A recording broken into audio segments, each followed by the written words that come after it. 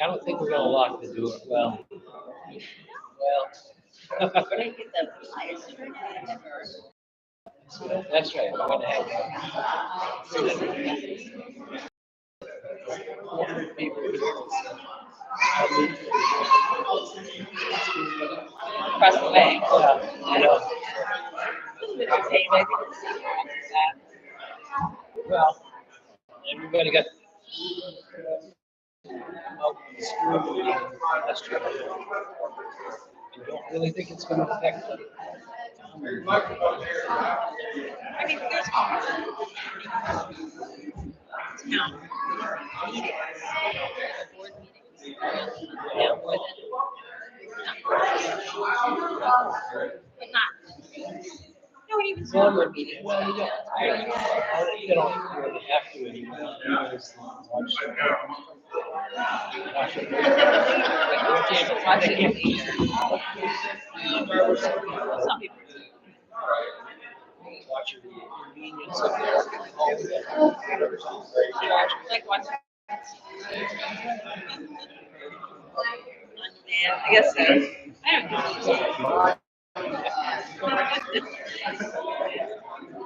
Just thinking back like Oh, for the yeah. sorry, I didn't want to interrupt. I have a general question for you. You still practice law, right? Yes. And do you do wills? Yes. You do. Okay. Yep. Okay. Is it by like one fee or how does you charge? Just depends on how complicated. I have a kind of a flat fee for simple. And then if it becomes a little bit more complicated, we kind of build on it there. Well, I'm not sure if they want to do a will or a trust Or both. right. People do. They do a revocable trust and irrevocable trust, and they do a will. It's all something you can have in a discussion first. See what you want to do and what works best. Right. I guess my other question, the reason I'm asking that prompted all of it is because I'm going in for major surgery soon. So that's something that, with little kids. Just in case. Right. You never know. But you don't. So I guess that's the worst case because I don't think time frame is going to allow. Is it legal for me to just handwrite something and have it notarized that if something should happen that would be held up as You got to have 2 witnesses and have it notarized. oh, okay. Yeah, so if I type in, all my funds, money goes to my children, whatever. Yep. Just because I'm meeting with an oncologist on Monday, so I don't know how soon they're doing surgery when things happen. So. Signed, dated, 2 witnesses and a notary. Everybody signs at the same time. Right, but I'm just thinking also long term too. We probably should have something late in my life doing something. Maybe a little more formal. Right, yeah, a little more detailed things I'm not thinking of. All right, perfect. I'll let you know. Thank you. All right. John Anderson. You met my wife April the other night. I met her the other night. Yes, she's a write-in for the Yeah. trustee. Anyway, I assume you're going to announce the rules. Announce the rules for. You're going to announce the rules for asking I'm sorry. I'm sorry for what? asking a question for the Oh. candidate. Yeah, friendly. Okay. She's gonna be the moderator. I'm just running. I'm not running this meeting. Oh, he's running for office. Yeah. But, I just have, you're going to announce the rules for this. Yes. I'm going to have 3 questions for each candidate, each of which only requires a yes or no answer. So, do you want me to ask them all at the same time or come toward the back of the line? What's gonna happen is I'm gonna do, say, introduce one person. Oh, one at a time. That's simplifies. Good job. Thank you. Nice So meeting is you. April here? Yes, Yes, she's back there. April is like a church girl. She sits in the back. Oh. Okay. Yeah, I used to do that too and take a nap. But I was just a kid.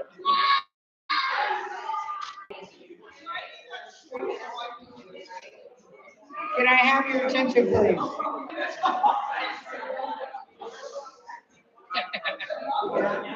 All the candidates come sit in a chair up front, please.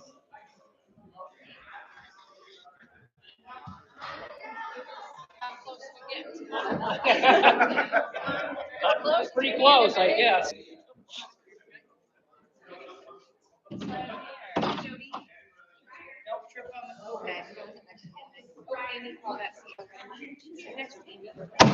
Okay, stop.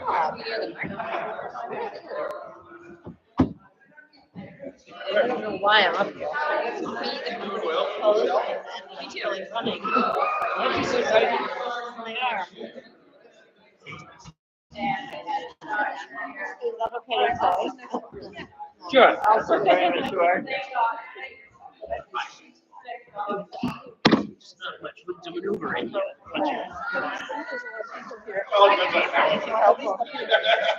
Well, hi, how are you?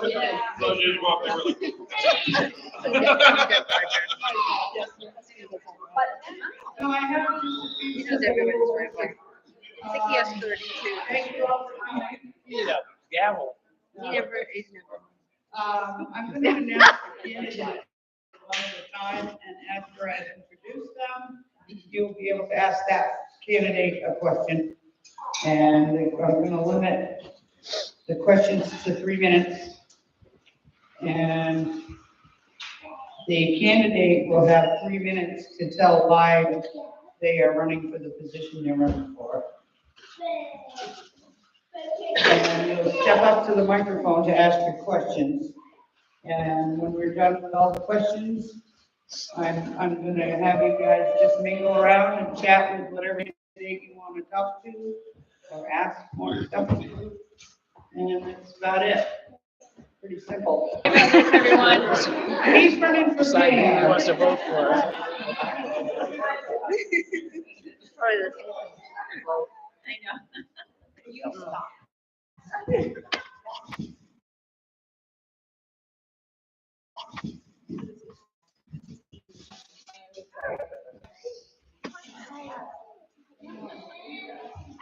can't write fire. I love you, my dad. So what I'm gonna do is, first I'm gonna do the people that are uncontested. People that are uncontested. Amy? As you all know, I was appointed in August and just I was appointed in August and seeking re-election in this coming election. I just want to be informed. I want to learn, and I want to form a sense of trust for the town and do the best for the town and do the best for everybody as best as we can, I guess. That's weird. That's it. Now, anybody with questions? Yes, sir. Yes, sir. Yes. I have 3 questions for you, and all I need is a yes or no answer. Okay. Okay? Number 1, are you Asian? Yes, sir. Do you support the Constitution of the United States of America? With all of my heart, sir. Thank you very much. That's it for me.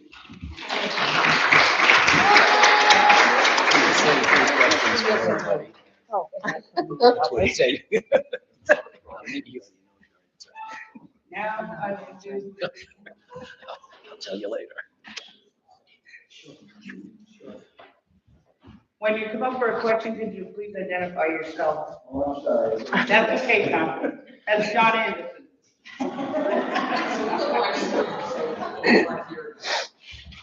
Okay, now I will introduce Paul Michael Freitas over here. He's running for town clerk.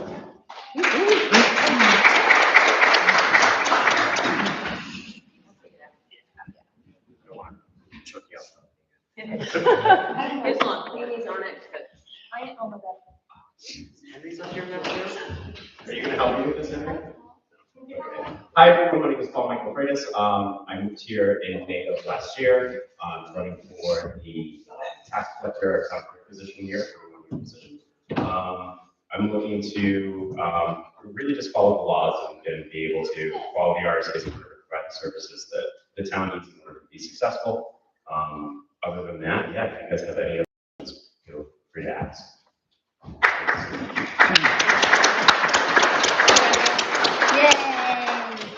Let's do it again. I don't think we need your name. It's John Anderson, I'll 68 Fletcher Road. Same three questions. Do you support the Free State Movement in New Hampshire? No. Do you support public education? Yes. Do you support the Constitution of the United States of America? Yes. And the Constitution. Thank you very much. Thank you very much.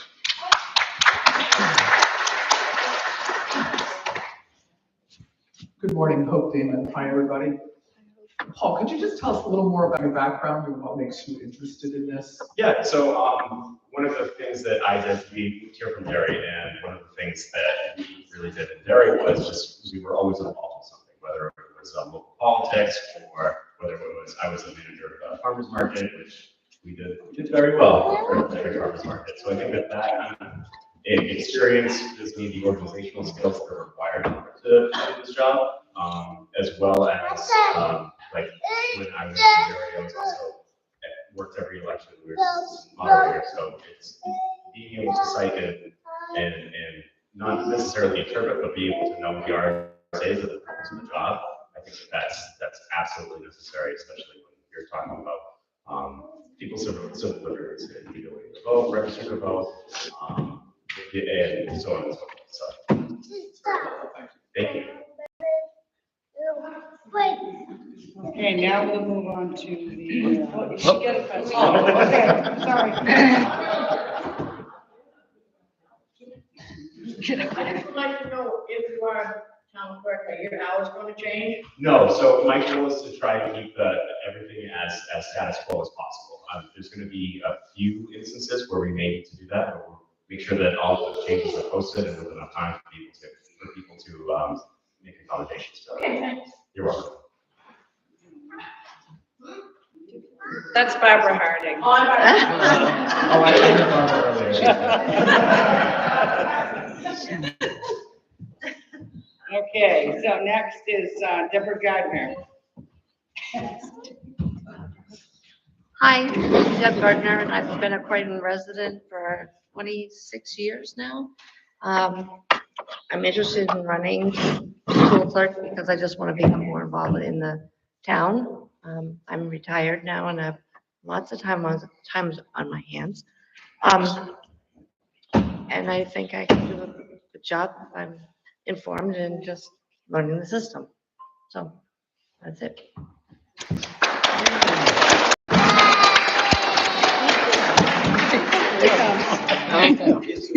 No, yes. I want you to know that Chris does a great job following our driveway. Thank you. Chris does a great job at a lot of things. Do you support the Free State Movement in New Hampshire? Do you support public education? Do Absolutely. you support the Constitution of the United States of America? Absolutely. Thank you very much. Thank you. Let's just stay up here. Not sure trying to get your steps in. Okay, now, we have Kim McKinney for the school treasurer. Okay, is this on? Yeah. No, okay. So, Kim McKinney, I have lived in Croydon most of my life.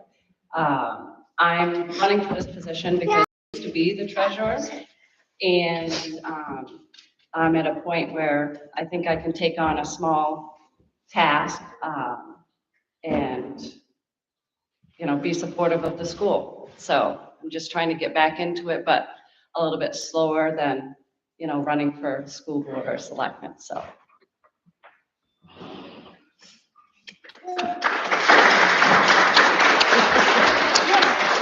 I was gonna say, please ask me. Big surprise.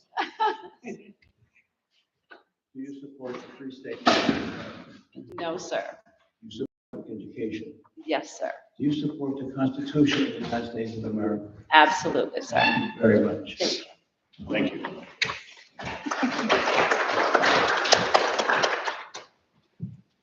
Good morning. Good morning. I'm Donna Lambert. My question is for the school board people.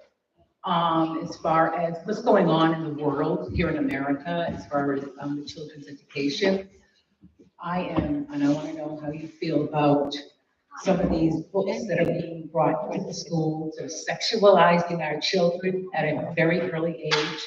And I want to know if you are for or against it. Age, and I want to know if you are for or against it. And I also want to know how you think it's going on. So seeing as though I had this mic last, I'll go ahead and go first. I'm not going to comment on what's going on in other cities because I'm not involved with them. So one thing that I would like to say is, as far as the books that are in the school system, if the books that are in the school system now are the books that were there, 20, 30 years ago when I was there, they work. So it's public education. I truly believe that the teachers are going to teach things correctly. And if you have, I don't recall ever seeing pictures. So, but I guess I would just say that I believe and trust in public education, and that involves the teachers and how they're teaching our students. Can I address the women's question? Yeah. So CRT and all the books that are graphic and they're inappropriate for the schools. They're completely inappropriate. Yeah, and there's a lot, but whatever. So yeah, that's where I stand. So what do you mean by other cities? And this is really what we're supposed to be doing here anyway, right? But we're not till later. But what do you mean going on in other cities? I don't want to say how it school years. It's what? School years. All right, that's fine. Maybe when they do the mingling thing, you can go over that. And then we have school moderator Bruce Jasper, 1 year.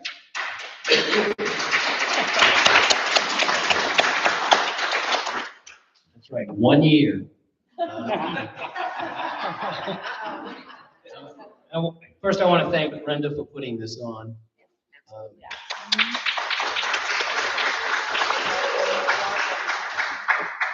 I know.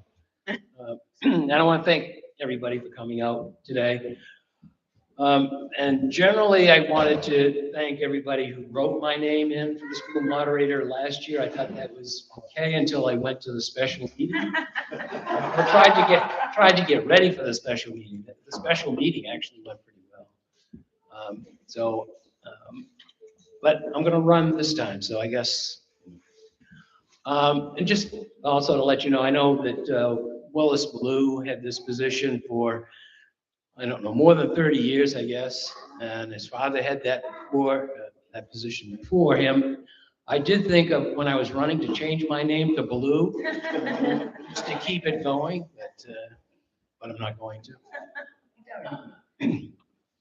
And so I moved here from Newport about 3 years ago. Willis was ready to retire. And so obviously you need a town moderator. I decided to step up and to do that. It's certainly been a learning experience. There's been a lot of work, and even getting ready for this town meeting and the school meeting and elections coming up here is caused me to do a lot of reading and taking actually watching a lot of seminars, trying to get everybody together to be on the same page. My goal is really, in these meetings, it's limited to just the town meetings and the school meetings and the elections, is just try to keep everything kind of moving and keep everybody in line. And frankly, I guess you could say I was kind of expecting a little more of a problem at the school, special school meeting last May. I try to work with everybody that has something coming up. If they have some questions about what I might do as a moderator, I'm certainly willing to talk to people. And I just figure the more communication there is between myself and everybody else in town, the more smoothly these meetings are going to go. I'm just a little bit of background. I'm a lawyer in Newport. I've been a lawyer. This is my 50th year as a lawyer there. And I had one experience as a temporary moderator for about 3 hours back in the mid-70s. My experience as moderator has been limited to what I'm doing here, and I hope everybody has been happy with what I've done up to this point. And I'm asking for your vote coming up next week.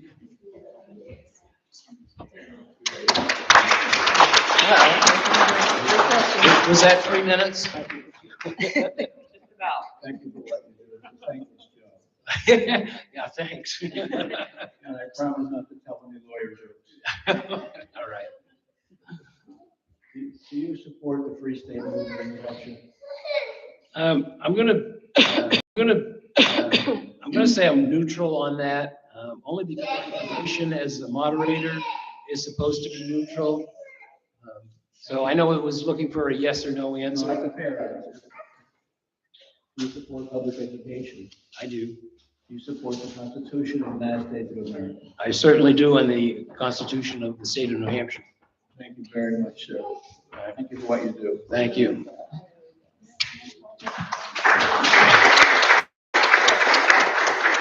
And the lineup begins.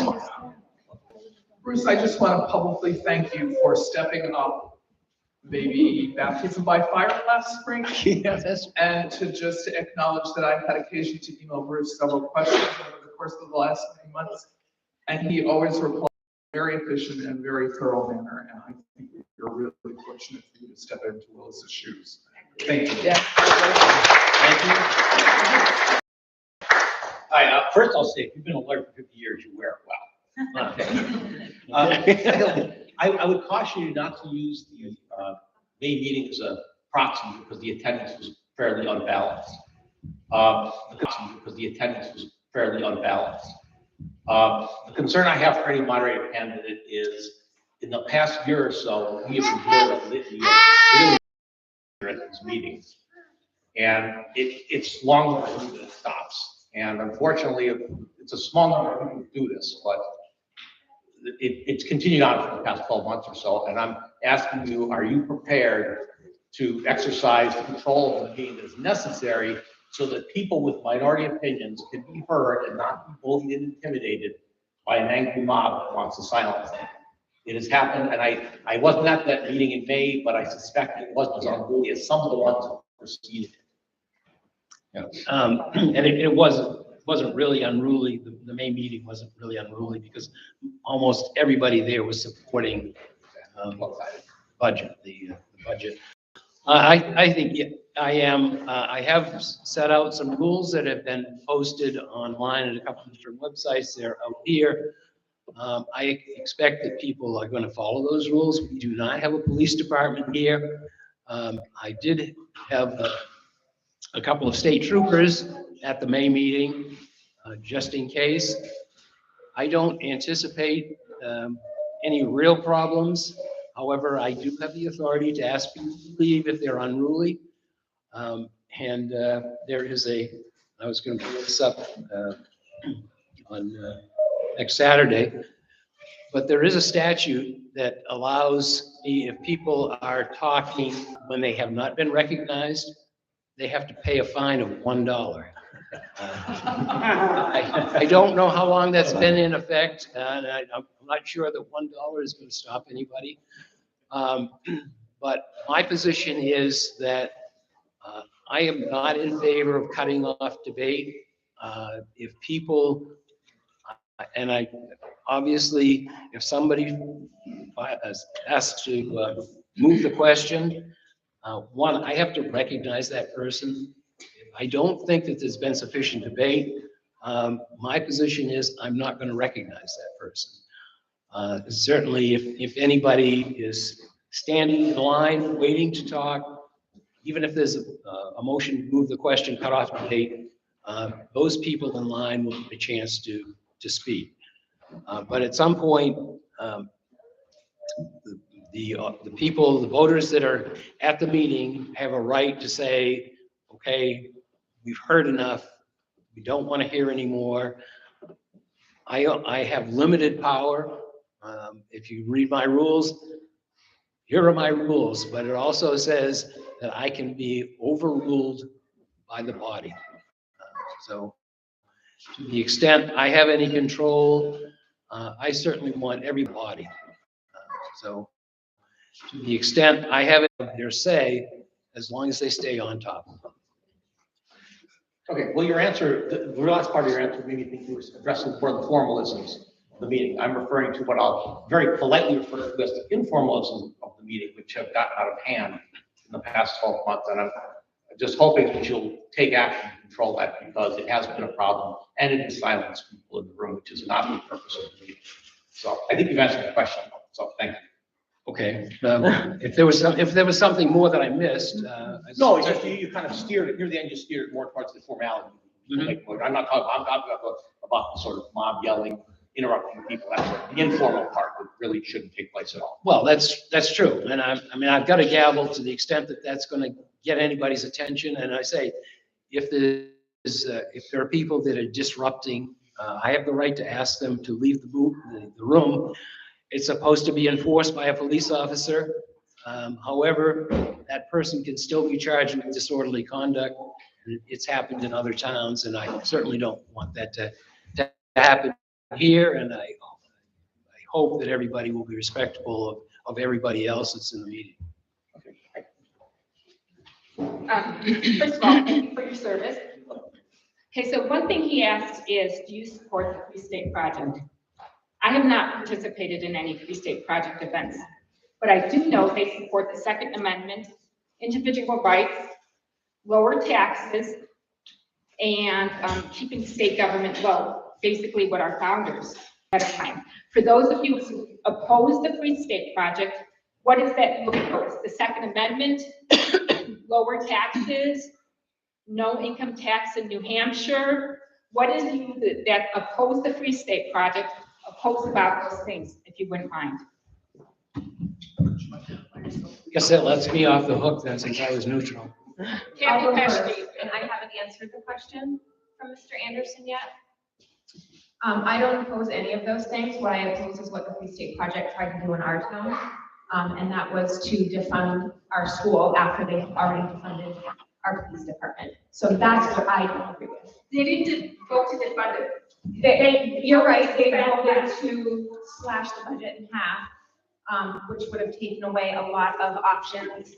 You don't know that because you didn't let it follow through. I do know that. No, you don't. Yes, I do. You gotta moderate. This isn't a debate. You asked a question and I'm trying to answer it. You're right. Okay. So I do believe that research was done by the school board, and they did determine that it could not be done within that $800,000 budget. That's been admitted to by Jody, Aaron, and Kevin. So it did not work. And I'm running for the school board position. I'll wait to get introduced and elaborate further.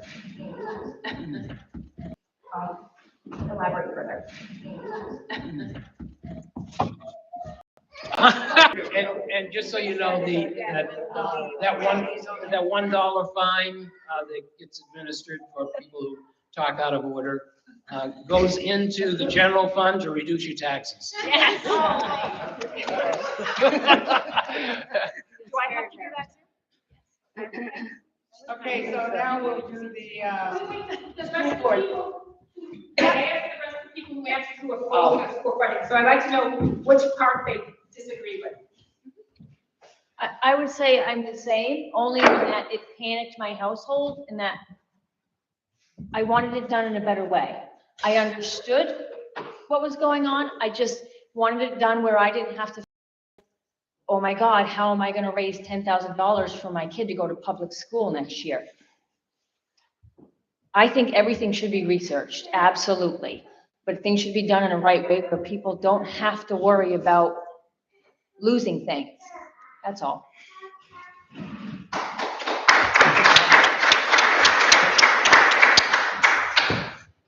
I'm going to third what Amy and Angie have said.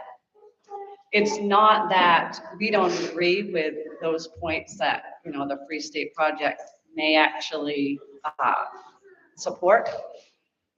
What I don't support is how it's being done, how long that movement has been in play in what they were going to do with this town, some town. And they preyed upon Croydon. They took advantage of the people not showing up, and it's time to take the town back. So from now on, people on the Free State Movement should be a little bit more upfront with what their plans are, instead of showing up at a meeting when there's a snowstorm and they know that they have the minority, because that never would have happened if people knew what you guys were doing and you knew what you were doing. So that's my stance.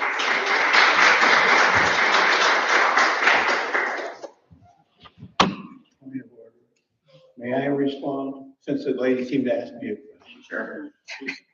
We could talk about this all day. This is not the forum for it. But I think I can speak for most people here. What we object to is not so much what you're doing, but that you're trying to impose it on us. We don't want it. That's the bottom line for most of us. Don't tell us how to live our life. We like the way we love New Hampshire. We like the way it is. Please leave it alone.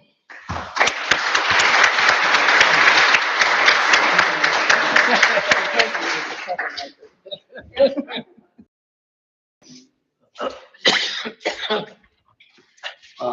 is just a continuation of that, but we hear a lot about people being forced to do something, but what actually happened at the special meeting was a bunch of people who had said very generously, we'll give you $800,000 to educate the children in Croydon. We're told that's not enough. We're going to force you to give us another $900,000. If any forcing was being done, that was it. As far as being told, don't tell us how to live our lives. That's all anybody's asking for. Don't tell me that I have to provide money for something that I know isn't going to work. And then in many ways is actually abhorrent to the ideas in the United States and New Hampshire constitutions. So if there's any forcing being done, it wasn't by us. And it wasn't, and an interesting thing to note is we checked. The number of people at that meeting was absolutely in the middle of the number of people in all meetings for the last 10 years. There was nothing exceptional about it. And the second thing was, if all the Free Staters had left the room, that motion still would have passed. Because they didn't want to show up, because they didn't want us. So anyway. Can we That's not, can we not make this a big? That's up to the moderator, I Yeah, come on, think. Let's move on. Okay, now we're gonna do the three people running for the one-year selectman. And I'll start with Ryan Ball. I'm Brian Ball, one-year term selectman. Moved to Croydon over on Barton Road, built my house there for the small town community, and so that my kids could go to the Little Red Schoolhouse. I'm the purchasing manager for Bremco, so I deal with large figure budgets. And I think I could maybe fine tune some stuff we already do to make it more cost effective and maybe make some money off some stuff we don't. That's kind of my goal, learn as I go.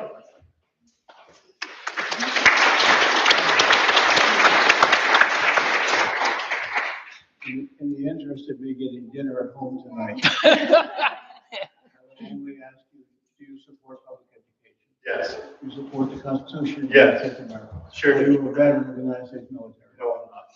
Thank you very much. Thank you. And next is Ryan Jacket. Oh, hang on. Question.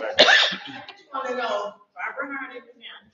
Can you tell us the microphone? Yeah. I just want to know, you new people that are going for selectmen, how do you feel about Croydon not having a police department? I mean, if you people, you guys live on these roads, and I'm telling you, Barton Road is a disaster as far as speed. And I hope Ash Street is the same way. And I'm telling you, where we live, right here at the store, when they come through town, they start right at the store and they are flying on Route 10. I just like your opinion on it. I know when Richard Lee was here, he was not everybody's favorite, but at least people knew that we had a cop. So, Ryan again. I just moved here, so I don't know how it was when we did have. But I can't really say anything to that. But as far as speeding in town, I would think with what we have, maybe there's something we can set up with the state police. I don't know. I don't have enough information. The state police have already said no. Okay. They respond to us. What's that? Well, I know they State come police out. respond to us. I call 911, I call Doug Hackett. Doug Hackett is Hanover Dispatch. Oh, you We do? pay them, for 911 service, I've had to do. and the state police come, and the response Oh, time is because I was told that good. they Can I were- just, I'm out. No, we don't have enough state cops. We don't have enough town cops in Newport. And there are no cops on the road. How are they gonna stop some speeder on Barton Road if I can drive my big old 1-ton with Betty White on the top unregistered for 2 months and no one pulls me over? I did that. She is legal now. Vote for me. But I mean, the police presence, period, across the board is none. And I just don't, we can't pay someone however much an hour to sit on Cash Street to catch one person, when we know the cop's gonna be there at 3:30 and at 4:30, and I'm doing 110 over there. I mean, it's just not, to me, it doesn't make sense when we have state police, 911, and I call them all the time, I'll be honest. The response time is good with state police, that's all. I've had to call Yeah, I the state agree. police out to do, like registrations and stuff, when you buy something, you do a VIN lookup, and they come out the same day, so I do know that. Then I was misinformed because I was told the state police were not responding. I don't have enough information Depends against, on the situation. yeah, so all I know is experience. Yeah, same here. I want to jump in too soon, because I'm changing the topic. I think what Barbara's point is presence. So, yes, the state cops are going to respond, but people know, go back to, Cash Street, you can go Barton Road, and you can go a lot faster because you're not going to come across Richard Lake. You think twice about doing 50 when he was out. I mean, I've lived here all my life, and before him, it was Frank Holmes. You always have in the back of your mind that police officer is gonna be somewhere around the corner. We don't have to worry about that now, which, now you have your speeders. So, you're up. Sorry. No worries. So I want John to have a ride home. So I'm going to ask the question because I think since the prior candidates have answered it, everyone should. Do you support the Free State Project? I don't support what they did to slash the school budget, but I don't have enough information on the other stuff they support to make an informed decision on that. I support the Second Amendment, so depending on to what extent, and well, I know, but they specified Second Amendment, so that's wrong. So again, it's information that's needed. I don't support what happened to the school budget at all. So I do not support them in that aspect. I appreciate the answer. And I would just say, as state representative who's trying to do a fair and balanced job in Concord, it would benefit all of us to be aware of the broader agenda of the Free State Project, whatever position you might intend to be in, or just as a voter. Thank you.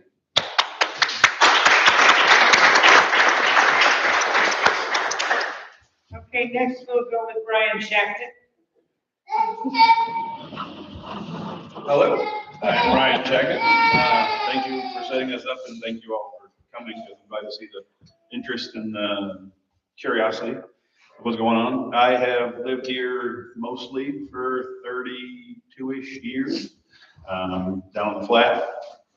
I think there necessarily need to be changed, but there's open positions. So I have attended a lot of the meetings. I figured I would I have the curiosity myself to get to know more about the ins and outs of what goes on. And I'm pretty dedicated. I'm very focused. I obviously don't know much of the actuals of what is going on, but I'm studious. I have no problem learning and doing the classes and things that need to be done. I'll try to represent the town the best I can. Believe that I could do a good job at it. We'll see what happens. And if worst comes to worst, it's only a year. So if you don't like me, I can go.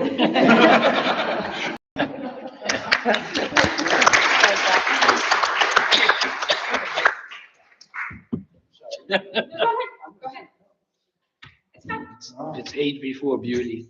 Thank you, sir. Yes, sir. Thank you. I think you're a veteran. I am not actually. Well, you're wearing shirts. Yeah, Well, thank I you. very much support it, but I am not, unfortunately. My father was for many years.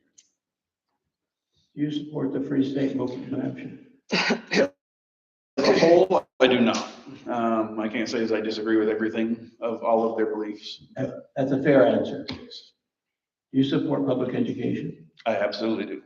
You support the Constitution of the United States of America? With everything that I am. Thank you very much, sir. Thank you very much for your service. Mr. Shackett? Yes, ma'am. How do you feel about replacing the police officer?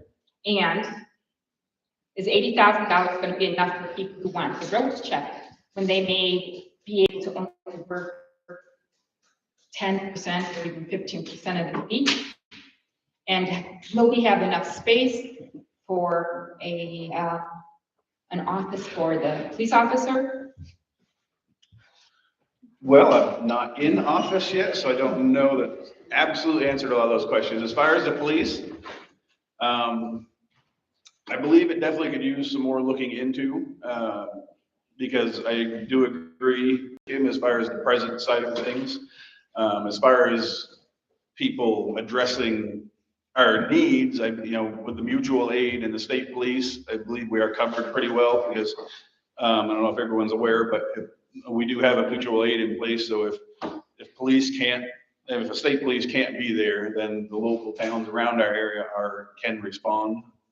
Is that? If available. Yes, if available. So there is that side of things. But yes, I do believe it would be nicer to have an actual town cop that is here, but I don't know that it could work. So, and without being in the position and actually looking into things more, I don't know if I can fully answer that question. And sorry, what was the other ones? Was there more? An office space. Just, is a one part-time officer going to be enough to do what people want? I think I believe that it would be, yes, because they don't have to have the same schedule all the time.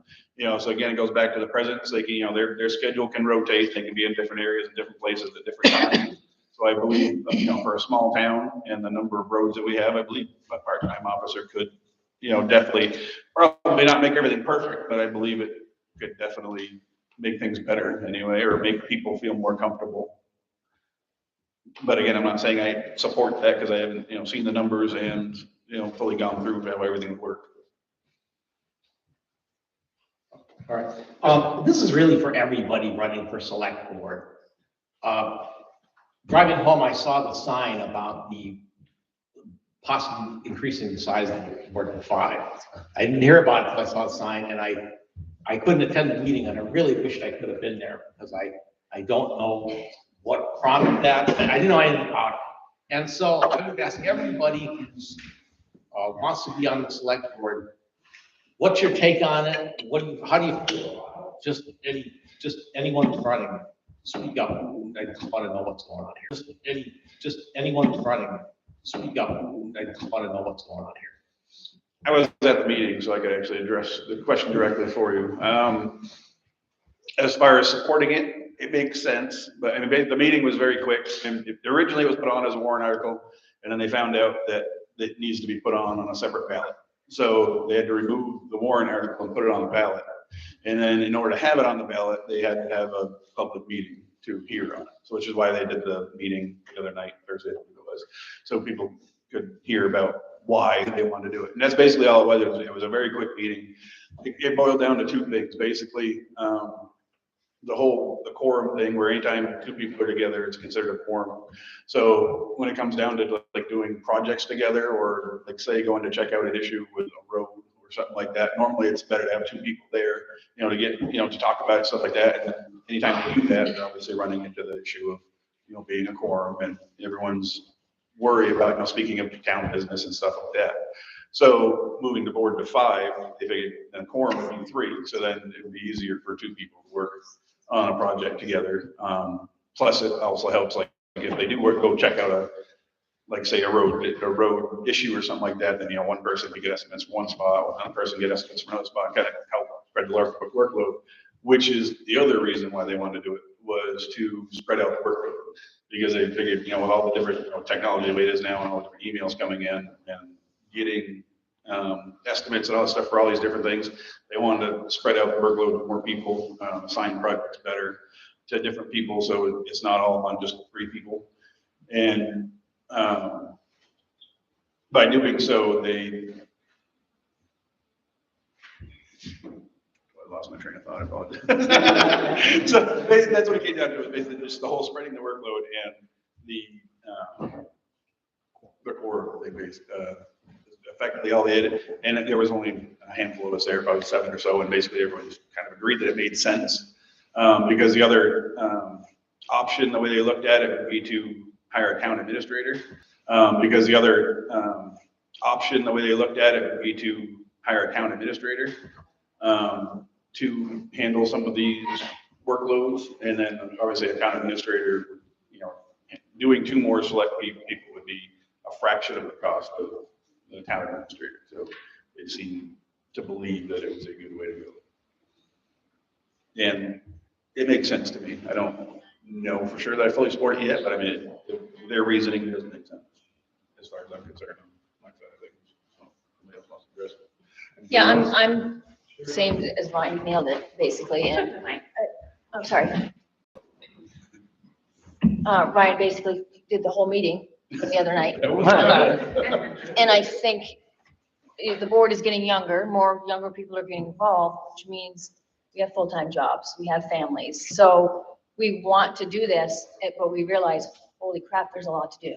And it would be nicer to be able to spread the workload, delegate a little bit. And then, like he said, I don't want to feel like if I'm at another board person's house hanging out that, oh goodness, they're having a meeting, call someone. I don't want to feel that way.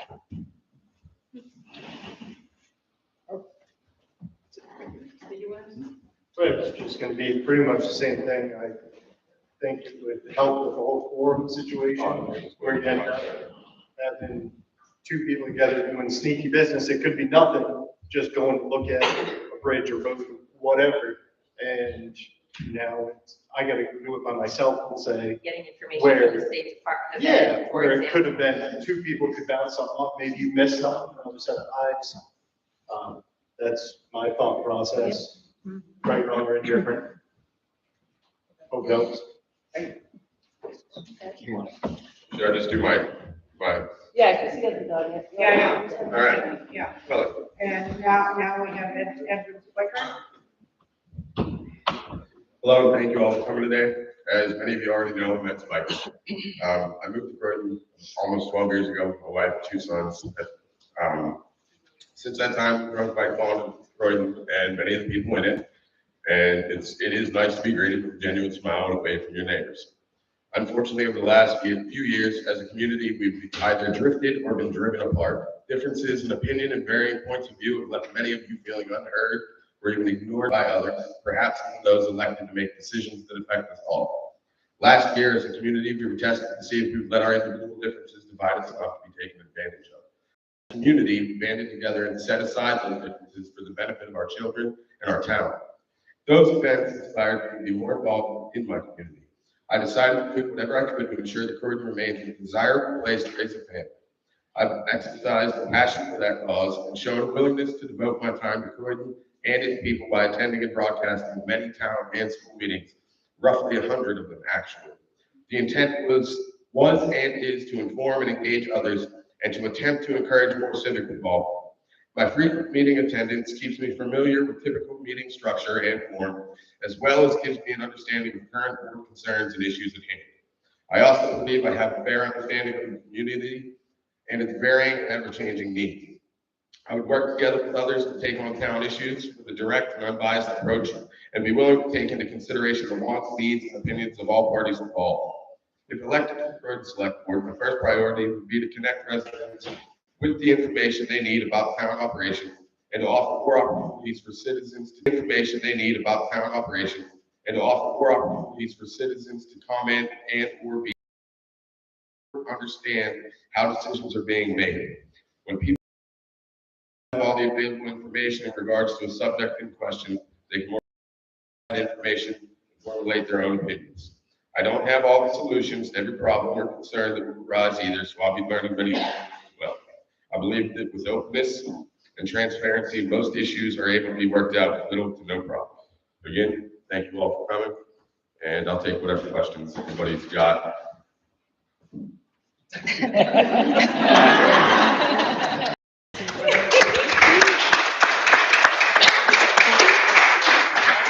Whatever questions John has got. Actually, Ed already answered my question with what he said. But I already know that Ed is a veteran, and I thank you for your service. I'm not a veteran, sir. No, I just I like take to. that back. No, I just like to give respect. I do want to say this about Ed Spiker. The first time I met him, he introduced himself as the town loudmouth. As it turned out, it's absolutely true, but in a very positive manner. Ed speaks up for us in Croydon. Ed is the epitome of a New Hampshire spirit. He's what we need on the Board of Selectmen. Thank you, sir. Thank you, sir.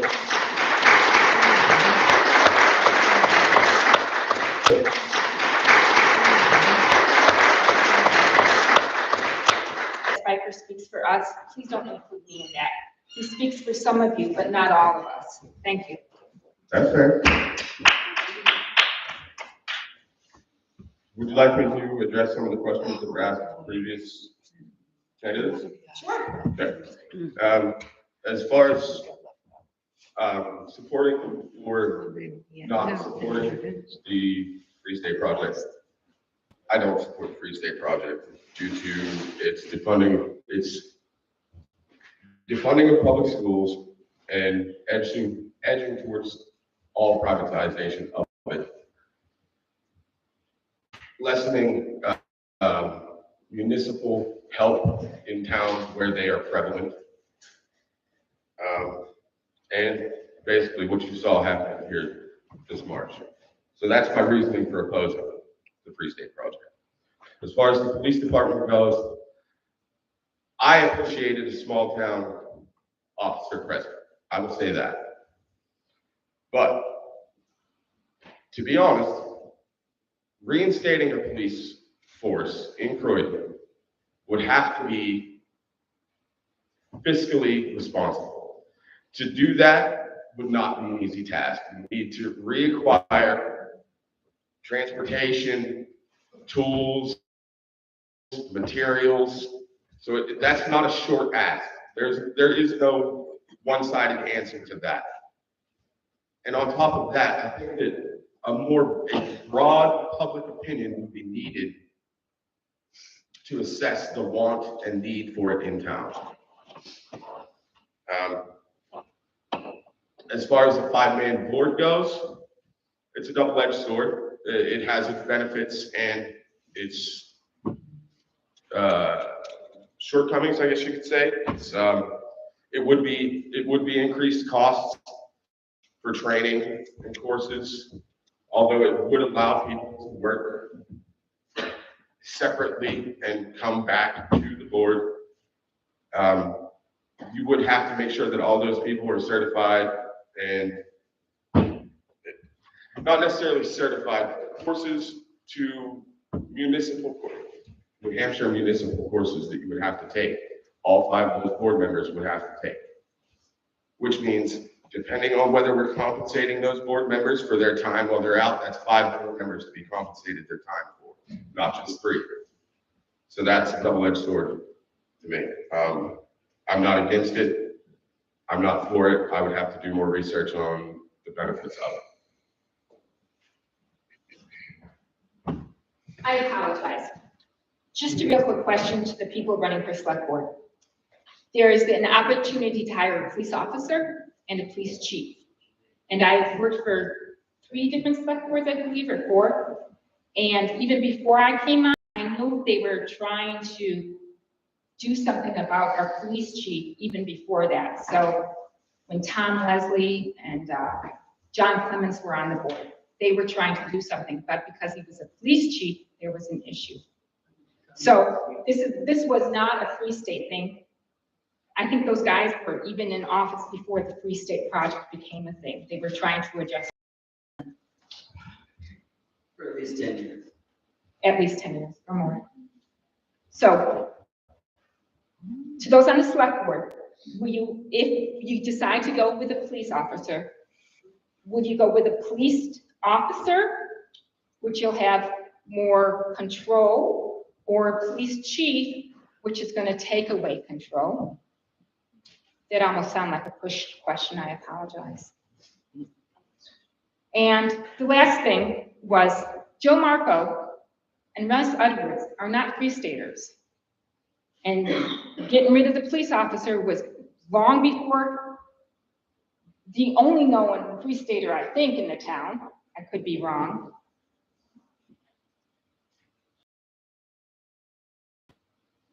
Is my question clear? Do you want to hire? Is my question clear? Do you want to hire those on the select board? Do you want to hire a Free Stater? I meant, do you want to hire a police chief, or do you want to hire a police officer? Those on the select board. Sorry. Well, since I've still got the microphone in hand, I might as well do it first. I don't have an answer as far as whether I would hire a chief or an officer, because that's not on my desk yet. I would have to look into that if it were even going to happen. That's up to you folks whether you pass it. So, and sidebar, I didn't the dissolving of the police station strictly to Free Staters.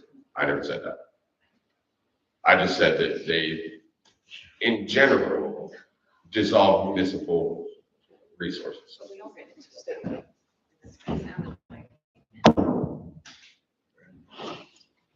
As far as I'm concerned, I mean, I would lean more towards just the officer, but there would have to be discussion going into that, and there would have to be a lot of research and information provided to make an informed decision. Just going off the cuff, anybody can say anything, but without all the information in front of me, just going off of what you said and what's happened before, I guess, I would lean towards just the officer. Again, it would have to be a town-wide vote, town-wide information gathering to make that actual decision. I'm not trying to dodge the question, I believe anything I would have said is already said. I know there's a warrant article for $80,000 added to the budget for a police situation. There's been a group of people that are trying to figure out the best way. The budget is for 80,000. I'm not sure what that would give us, what options that would give us, but that's up for a vote, and then I'm not really sure what would happen after that. I know that $80,000 is going to have to go towards what warrant article says, and we're gonna have to spend it if it's voted through. Yes. It's a warrant article. What do you do with it then?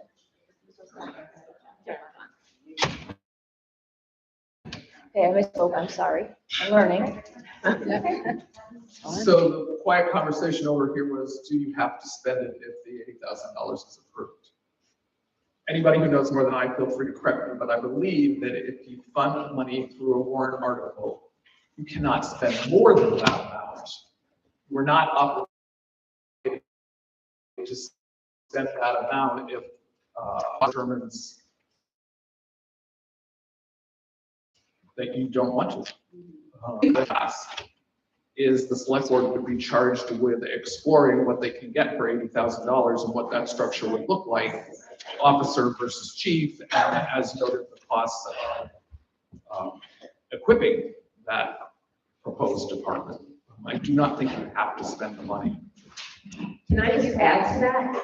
Now we know a good question to research for next weekend. So when we do vote on that, we know whether it's binding to spend your expenditures and so on. I'm saying research. You said you weren't sure.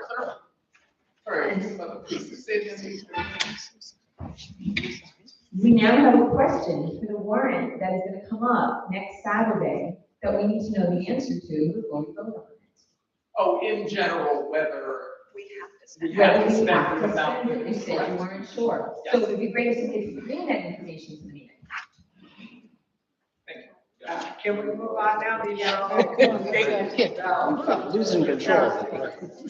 So, now I'm gonna go to Jody Underwood. She's running school board member 3 years. Hi, all right, Jody Underwood. So I got appointed to the school board back in October 2010. It's always been kind of hard to find people to run for school boards.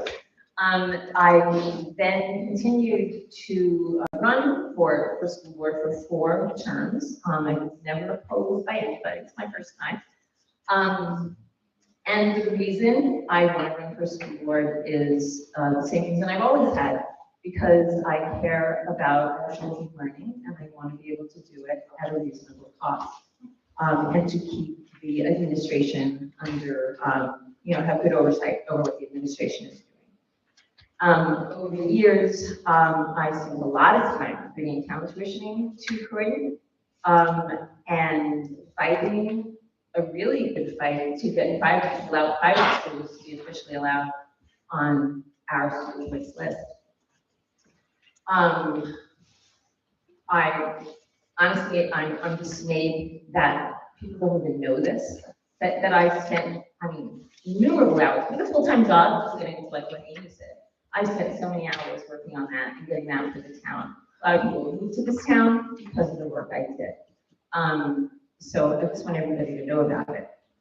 What else do you want to say? The last few years, I've been involved with an organization called School District Governance Association, where I've been learning a lot more about what the responsibilities of school boards are, and so on. And that's been a really engaging thing. That's I pay that out of my own pocket. It is an individual organization. There's another school boards association that our district doesn't subscribe to, and they charge thousands of dollars a year, and it is tax money and they're lobbyists, so it's very strange. But anyway, so I'm involved with this other organization. I think that's what I want to say. So I'll take questions.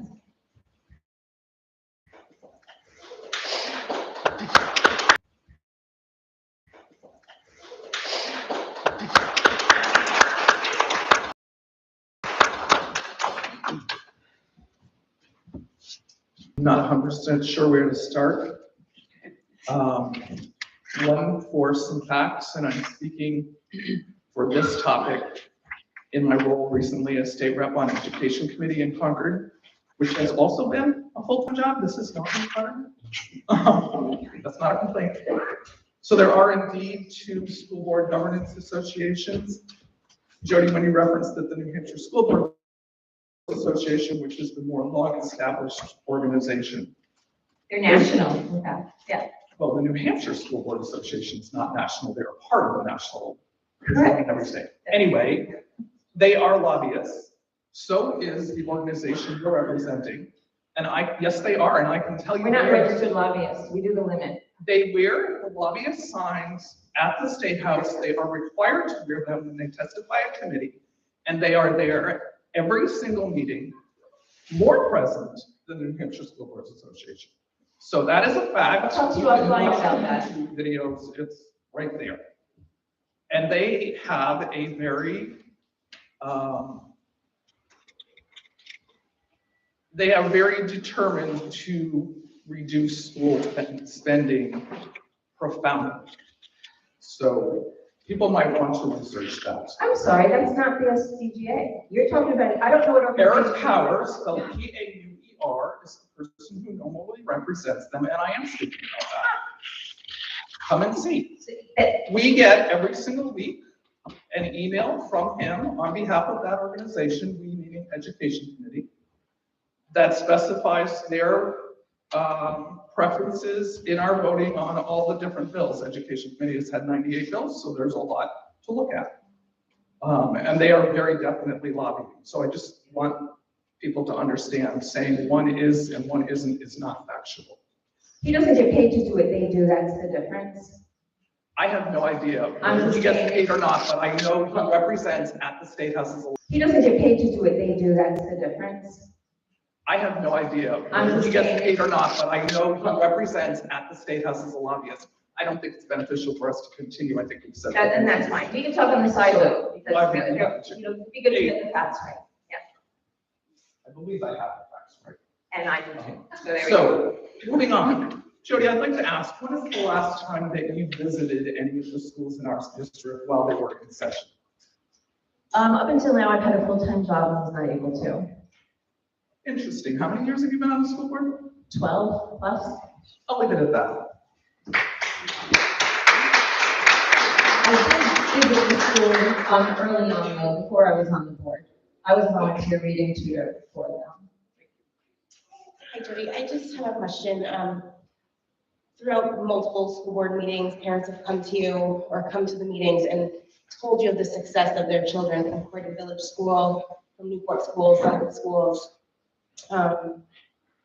You're continually saying that the schools are failing and failing students. How many parents have come to you and said that their students are failing? A few. A few. Out of how many students? Out of how many parents came to me to tell them that they were, I mean, I don't understand your question. So how many of the parents come to school board meetings and complain that the school system is failing their students? Nobody. Okay, thank you. They don't exist, that means they don't come to me. All right, Jody, first of all, I'd like to ask, have you stopped beating your wife? Secondly. What does that have to do with? Sorry. It's a, It's a joke.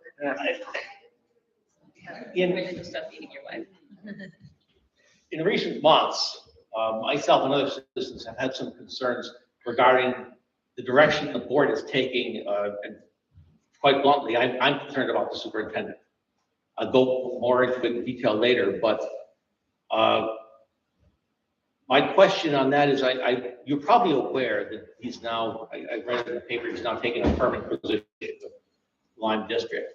It seems for that and many other reasons, I don't need to go into right now, that the board needs to look towards doing a superintendent search as soon as possible.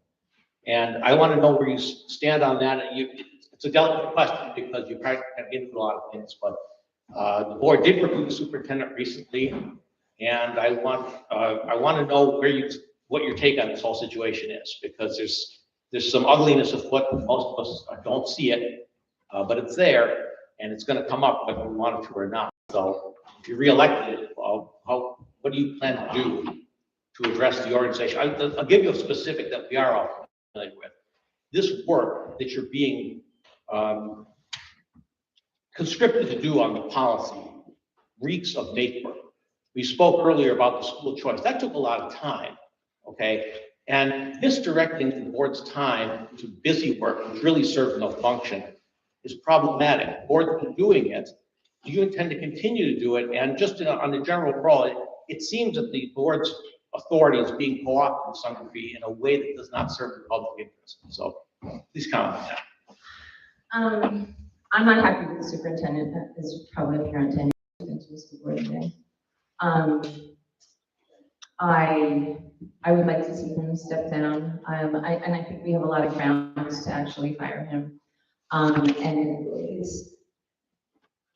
it was hard to do anything during this past year because it's just been a difficult year. So let's just say that. So whoever gets elected to the school board position, the board should revisit that. Angie attended the review, so she knows what went on in there. Even though she didn't experience it directly, but whoever does, the board should revisit it and try to figure out what to do. Look, in the last year, I have felt that he has just been absent, right? And then I found out 2 days ago that he actually took a position in line as superintendent at 2.5 days a week. He tells us he's working all the time and doing these things. And this actually explains why this past year he's been so absent. So anyway, that's the answer. Thank you. Hey, can Angie answer too? I got one. Oh, I'm sure. that you do. Sorry, folks. Damon back again. So the line position is 2.5 days a week. I thought I heard in a school board meeting this fall that we were paying Frank for 10 hours a week. 2 days. 2 days. 2 days plus, it is a salary position, so it's sort of up and down and, as needed, right? So it would appear that it would not be compatible for him to hold both positions, or a person to hold both positions. So that's right, in terms of time like that, yeah. And in fact, if you're serving two somewhat similar school districts, Lyme also small, also not K-12, there could be some cost efficiencies because when you go to a meeting or you study a topic or whatever, for one town, you're knowing it well for the other. That's a plus side. I want to publicly say that I have watched many school board meetings in this last difficult year. And I think Frank Karate takes an award for calmness under fire and professionalism.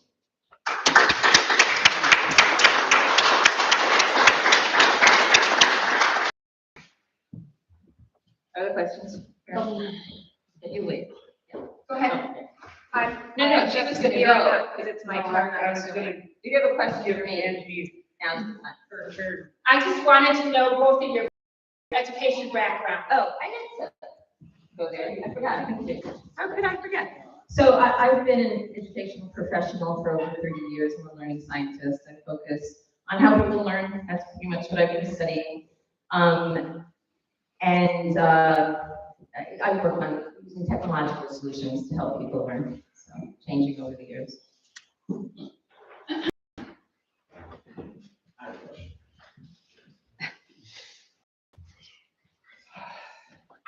Hi, Tim Morgan.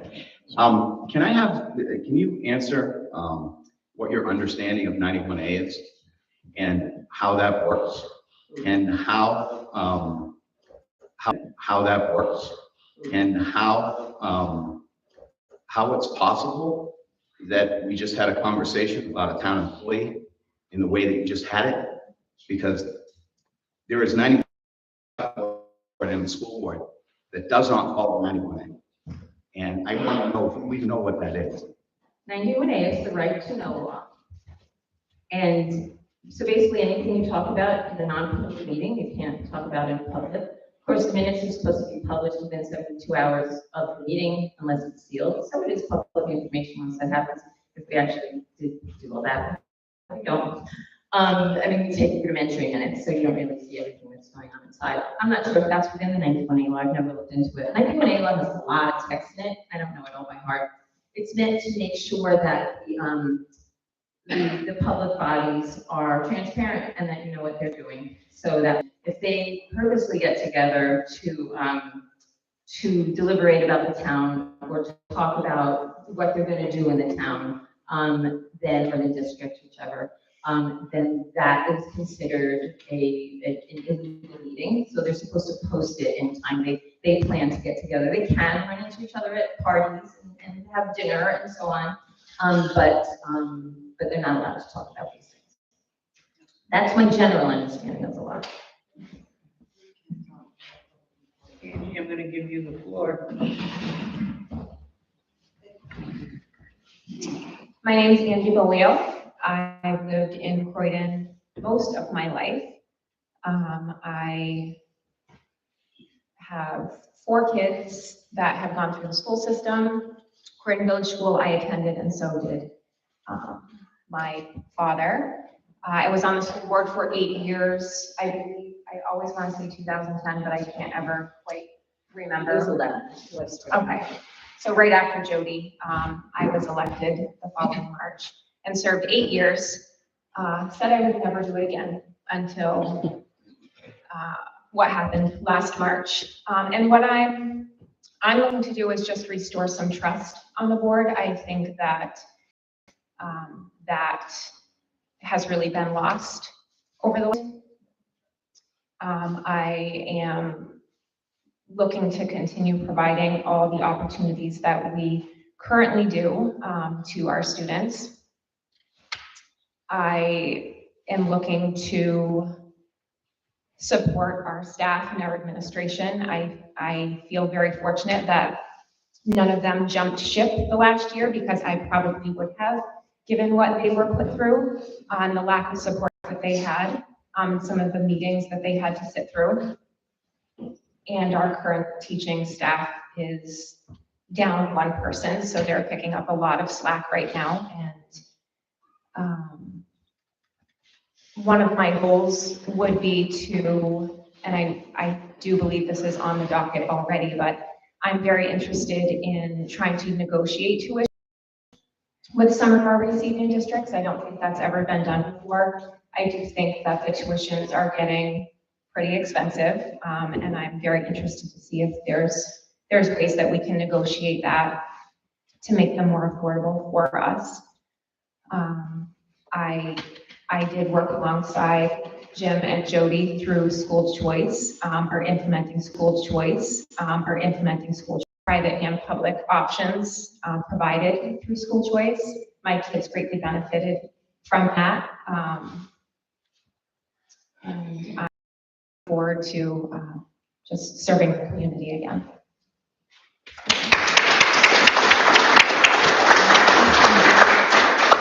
Angie, do you support the Free State Project? I don't support what they tried to do here. Absolutely Do you not. support public education? I do.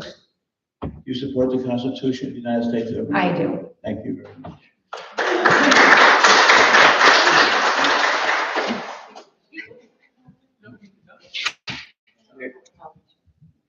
I want to address it. I have the date wrong. I apologize, but I believe it was a February 13th school board meeting.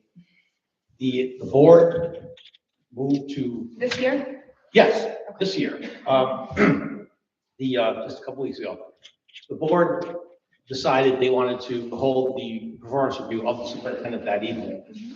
After resistance happened, the review did take place. Prior to the review, the superintendent insisted on the presence of herself and 2 of his subordinates to attend that review. Now, I can't hide the fact that I think that's atrocious, unprofessional, and weak, to put it nicely, on his part. I can't blame the subordinates. The reason you don't allow this is because subordinates are your subordinates. You don't get to bring them in to your review, okay? But you're not subordinates. Why did you just go along with this? And what were you hoping to achieve in doing so? Why did you do this? I'm currently the school clerk. I was part of the review last year. I sat in on it and observed. Currently the school clerk. I was part of the review last year. I sat in on it and observed. Same reasoning though. I mean, same thing happened the year before. You get requests mine. No, you didn't hear a test this time either. What? Okay, go ahead, please. Yep, so I requested to attend. because I think that there has been a lot of lack of support for our superintendent, for our administration. And I just wanted to observe what was said. I don't take part. I didn't respond to anything. And I do believe that it is the superintendent's right. I do think it says in 91A that if he wants to open it up to either be a public meeting, or if he wants other people involved, I can't speak the law part, because I did. I'm pretty sure it was referenced at that meeting. I know it was, but I didn't look it up at the time. Okay. People misquote- And I won't say anything, but people misquote the laws all the time, so that means nothing. I had to see it. But legal or not, it was ridiculous. Okay, well, I mean, I'm sorry. Should I buy a teddy bear for this purpose next year? Maybe it'll save you the trouble of going in. Why, a grown man, supposed to be leader of the school district, requires 3 people, and I don't know if being the clerk makes you support or not, but that's neither here nor there. 3 people to come in to the performance review. That's ridiculous. I can't speak to why he wants that. I can speak to the fact, and I think it was obvious to everyone that has attended any meeting in the last year, that he has had no support from members of the board. And I mean, maybe that's why. I can't speak to why he requested that. Maybe you should ask him that at the school portion of the town. The entire board. What? I'm sorry? What? You feel like the superintendent didn't have support from the No, entire I board? said specific members of the board. Okay. I didn't say. Okay. How does that, how's So I that? have a question. Did he know that he was going to have this review? Yes. Yeah, yes, he Okay. did. What difference does that make, though? Obviously, he was so uncomfortable with how he's been treated and the dishonesty of that board that he required a neutral party to go in there and be part of it. And 2 not That's neutral why. parties. Okay, regardless. No, not regardless. The more people, the better. The only reason why someone would ask to have other people in there is because you don't trust the board. Have you never had a Nobody difficult trusts the job board. review? Ask him the question, move to another person. I do think that you should ask him that if Here you go. I said she's mind reading. Well, and that's what I would be doing if I answered the question. No, I'm not I think that asking. you should ask. Asking Grace for it. Yep, I You think made you the should ask. decision, it's not my meeting. I didn't, I observed, I was there, I didn't contribute. So, I mean, I feel like I've answered the question. I need to Thank you. take my husband home. Hi Angie, Melanie Warburton. I just wanted to know how you would handle the situations when parents are coming to meetings saying that they feel their children are successful with the schools that they're in. They feel that the village school has been a benefit to their students, whether in second grade or after they graduated. They feel like the schools are being successful. Would you be supportive in trying to help those parents keep their children in their selected schools? Or would you say, you know, they're failing in it, whether you think they're succeeding or not, it doesn't matter? Like, how would you handle situations like that? I would be grateful that the parents felt that way and celebrate that success and continue the, I'm losing my word. I just continue the process as we're doing it. Okay, so you would try to support keeping those kids in those selected school somehow, some way? Absolutely. I mean, while being fiscally responsible. Correct. So, Yeah. yes. Thank you.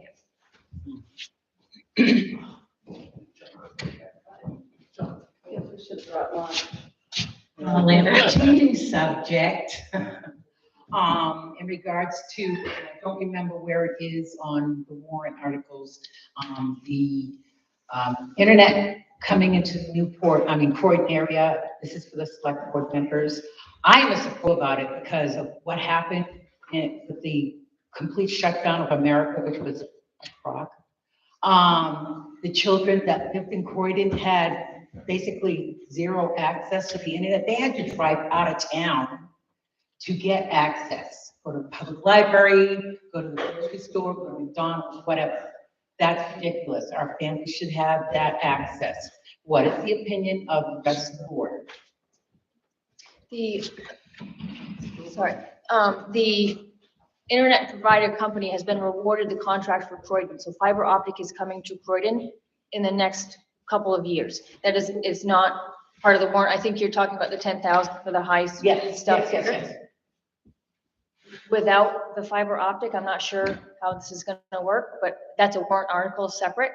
And what, is that in here? I don't remember what it was. Thank you. Wasn't that for the cameras? Yeah, for everything. That would come. Yeah, let's, so let's, So, not the internet. So, pause, pause. So the people in town that do not have access to the town meetings can make it via the internet. Mr. Spiker's YouTube channel has been fabulous for me because there's been a lot of times I have not been able to make it to meetings because of work. So, kudos to Mr. Spiker. That is the warrant article that is up, I believe, correct? As far as the warrant article goes, that would only provide it would only be for providing high-speed internet access and remote access to town meetings from this building. Okay. That would have nothing to do with your individual home internet speed. I can't control that. Okay. But that's what the warrant article would state, is speak. It would be to provide high-speed internet access here, plus audio, video, and to make meetings remotely accessible.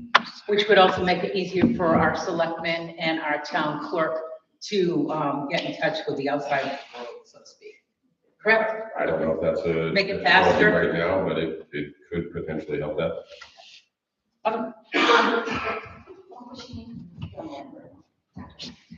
Okay, I have a couple of things. Mr. Jasper, I have a question. Okay. This gentleman over here, you didn't say his name, I don't know what his name is. Jim Morgan. You said Jim Morgan. Jim Morgan? Okay, Jim Morgan, I'm sorry. So I'm not sure what you thought she said that was outside of 91A, because everything that was said was either in Ed Spiker's videos or in Valley News or other news sources. May I ask that question? May I? I'm sorry, this is Brenda's meeting. May I, Brenda? I guess so. We're running over and I need one more person to do their thing. Yeah, it seems like a So, Yeah, right now. hurry up. Okay, so maybe that statement was enough. Angie, you didn't say what your education background was? I graduated high school. Okay, and,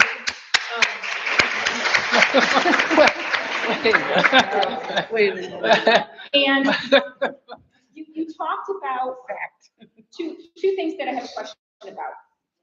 You said that they couldn't make the $800,000 budget work. Jody, I thought one of your board members did make the $800,000 budget work.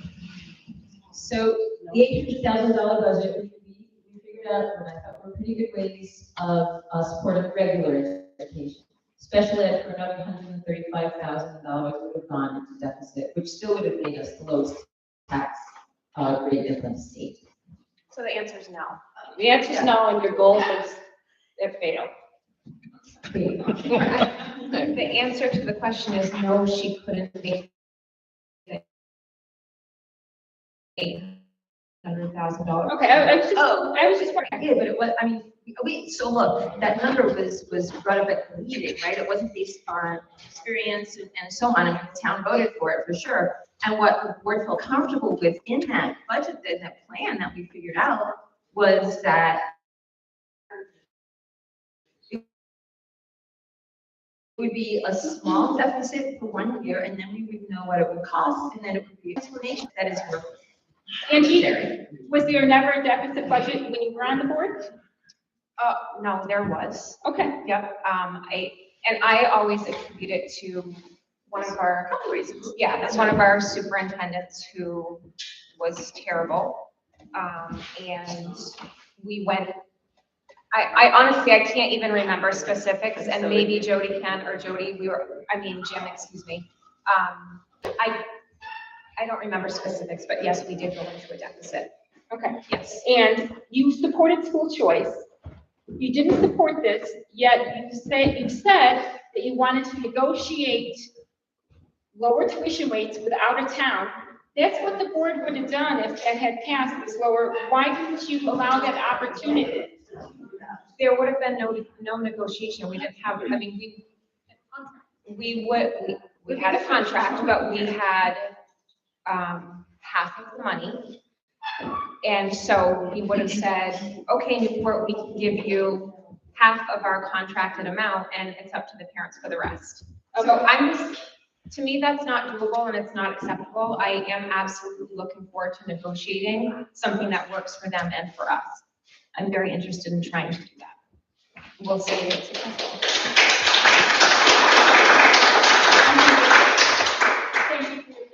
Now, we need to move on. All this stuff should be. No, I'll take a question from Ian. Next weekend. Can I have a question from Ian? Yep, go ahead. This is actually for both of the school board members. It's interesting, the word acceptable just came up. So the state of New Hampshire says that the percentage of kids in every school who should be at proficiency in math and reading is 100%. So I have a three-part question. One, what percentage do you guys think is acceptable? Two, to the best of your knowledge, where are we? And three, what's your plan for closing gaps so that we're in compliance with state law? I'll go first just because the mic's in front of me. I don't know where we are. I haven't been on the board in several years, so, and I don't know what they use to measure proficiency. State test. Okay. I do know, but go ahead.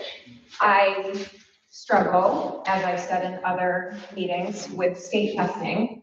And I'll use my son as an example. I have a very capable son, but he does not test well at all. And I told you in the meeting, he doesn't care when he takes a state test, it doesn't affect his grade. So he's looking to get in and get out. And those kids, and I'm not saying that happens with everybody. I know it happens with his group of friends. I know there are probably kids that are, not proficient for other reasons other than just not trying.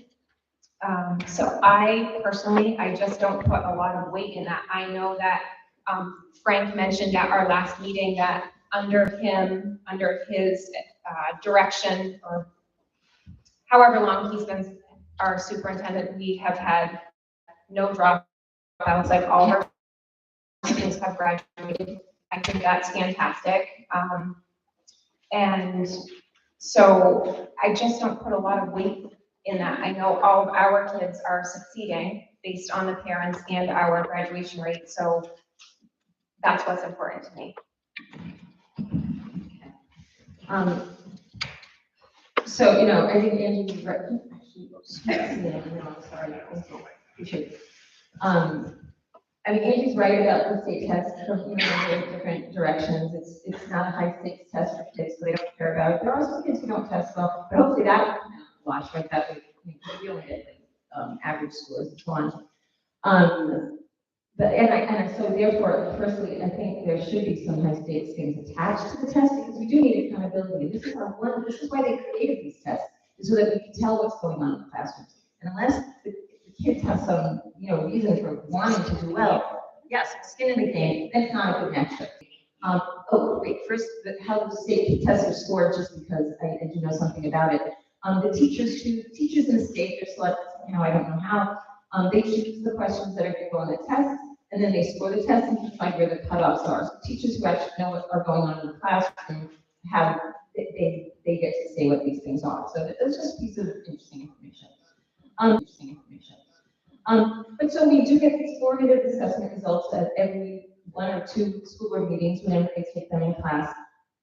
And they're supposed to be used so that teachers can address problems. They're supposed to find problems as they happen, which is, would be a great use of these tests.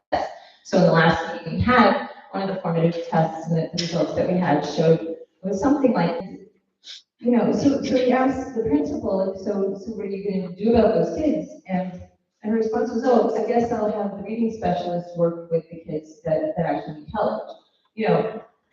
We asked her if she could use more help with that too. And she said, sure, anything they can get. So saying Kathy actually volunteered to, sorry, is it okay that I'm saying this? She volunteered to do tutoring for reading for kids in the schools, and I thought that was a great idea. So I volunteered also. I'm still working on the details of how that's going to work out, and setting it up and so on. But I would actually like to set up a program like that where we can easily have people who want to come in to work with the kids during the school day, with on math, on reading, whatever they need to really get forward. And that would just cost people's time. It wouldn't cost the district any money. Maybe there's other things you could do that might cost money, and I'd be willing to actually spend some money if we were focusing on these kids learning. So, I want to go back to an earlier question because it's relevant. But one of the families who approached me to tell me about their kids and how they weren't doing well when they went to the next school, they thought their kids were doing great before the village school. They were happy, they were doing great. She thought academically they were, performing well. And then when they got to their next school, they weren't, and they had to do a lot of catch up. Both are kids, different years, so different teachers and different administrations possibly too. I'm the first one you're cutting. Oh, wow. I maybe try to cut first, and Yes, I know yes. I'm feeling that, so. She's like everybody, she's talking even if they went over time. So, but that was the answer. That was it. I was done anyway. But still. So we have one more person who's writing for the trustee of the town trip. What do you want to do? What am I doing? What are you doing? That's good. Keeping track of that. That's the part of it. Hi.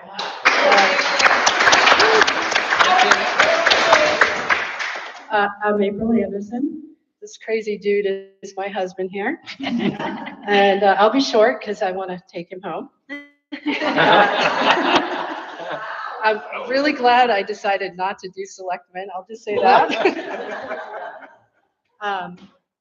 I'm just the crazy lady who really likes cemeteries, and we have a little bit of an issue in town with one of our cemeteries, and I really want to get my fingers in there and fix it. So I love Croydon. I moved here for Croydon, so I just really want to fix these things. That's it. Sorry for my husband. I wanted to ask you those questions. Oh, yeah. Ask, go ahead. Go ahead. I want the question. I want the questions. Kim has. Nice to meet you, You're April. not gonna get. I'm not sure if this, is part of the job description for that position, but, one of the things that I have always, fought for in the town is during the winter months that you would support maintaining, just so that people could still get Definitely. into that. Yeah. Snowbanks are 5-6 feet high. I'd do it You can't myself. get to my I don't, mom. yeah. I don't have any problem with shoveling or working, so I would do it myself. So. Thank you. And then for, it was Paul for the town clerk. We don't want you to get too bored, so we gotta come up with some questions. Thank you very much for volunteering to, run for this. It's very important, and happy to have you running and knowing that you have the background that you do. The question I have is about the site maintenance. Is that something that you are familiar with, something you think you can help us with? I didn't Ours have is a not good. professional background, but I went to Southern University. I have my bachelor's in marketing. I built, designed websites, layouts. Awesome. Hired. Second grade classroom.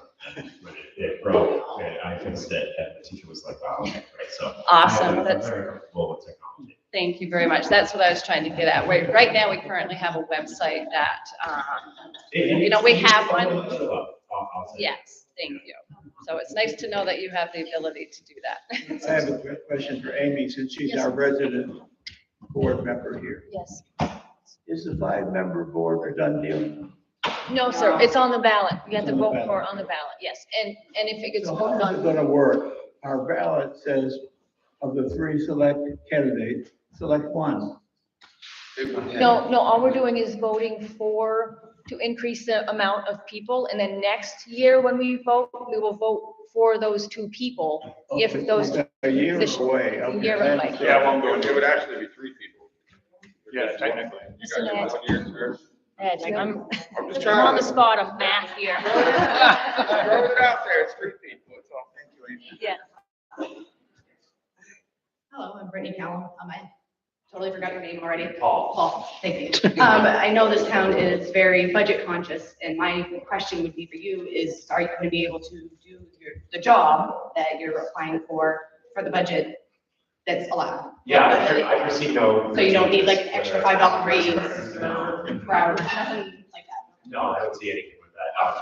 It's by RSA that all the training is required to be paid by the town, and that's the only cost that I think that me as an individual moving into that position would ever really incur. So, and then, warrant article that passes, there may or may not be high-speed internet here. I should be able to chuck along with what we've got, but, yeah. I just didn't know if with your given background and your education, it would require a higher pay No. to do the job. So, all right.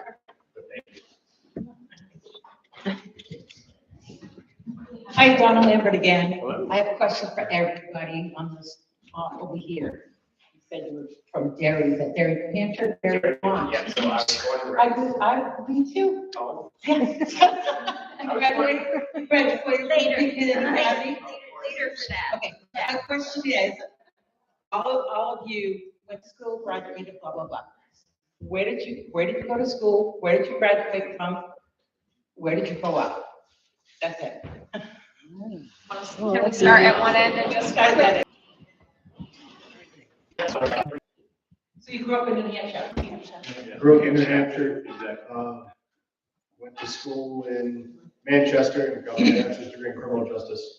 What college? Hesser College in Manchester. I've been living in New Hampshire and Croydon for 15 years plus. I grew up in Brooklyn, New York. I moved around a lot, around the state, around the country, rather. And my last degree was a PhD. I got it in Israel, the Israel Institute of Technology. And you grew up? I grew up in Brooklyn, New York. And I moved around a lot, that's where I went to that. Lifelong New Hampshire resident, most of that in Croydon, New Hampshire, and graduated Newport High School. Same. Short stint in the Army, and other than that, I've lived here. I lived in New Hampshire since I was 6. I graduated from Merrimack Valley High School in Kennecook. It's a regional school. It was large. I went to the University of New Hampshire and got my RN license. And I went to the Concord Tech to earn my legal nurse consultant license. She has one here. Sweet. New Hampshire girl, Nashua, New Hampshire, and I have a degree in English and medical science, clinical science. Older than everybody here, so mine's gonna take a little bit longer. I was born on a poultry farm in Hudson, moved to Nashua. Graduated from Nashua High School, went to UNH, got a degree in political science, and went out to the University of Tulsa in Oklahoma, got my law degree out there.